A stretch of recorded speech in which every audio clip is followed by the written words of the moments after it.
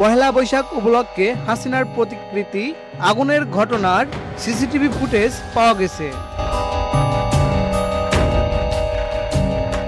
এতে আগুন দেওয়ার ঘটনায় একজনকে দেখা গেলেও এখন পর্যন্ত তার শনাক্ত করা সম্ভব হয়নি।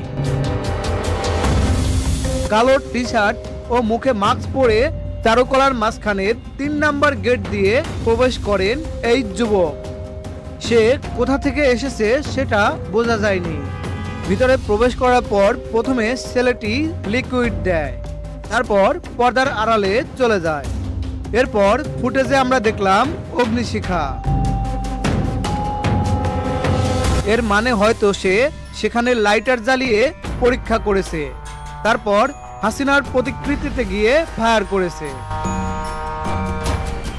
সিসিটিভি ফুটেজে দেখা যায় ছেলেটা যেই গেট দিয়ে ঢুকেছে সেই গেট দিয়েই আবার বেরিয়ে যায়।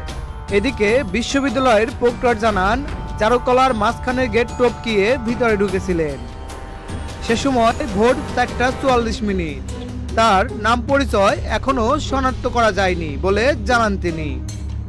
এ বিষয়ে প্রক্টর জানান ওই ব্যক্তি যেই গেট দিয়ে ঢুকেছিলেন সেই গেট দিয়েই বেরিয়ে ছবির হাটের দিকে গিয়েছেন। তিনি আরো বলেন ওই ব্যক্তি পালিয়ে যাওয়ার পর পুলিশকে পানি দিয়ে আগুন নিভাতে দেখা গেছে।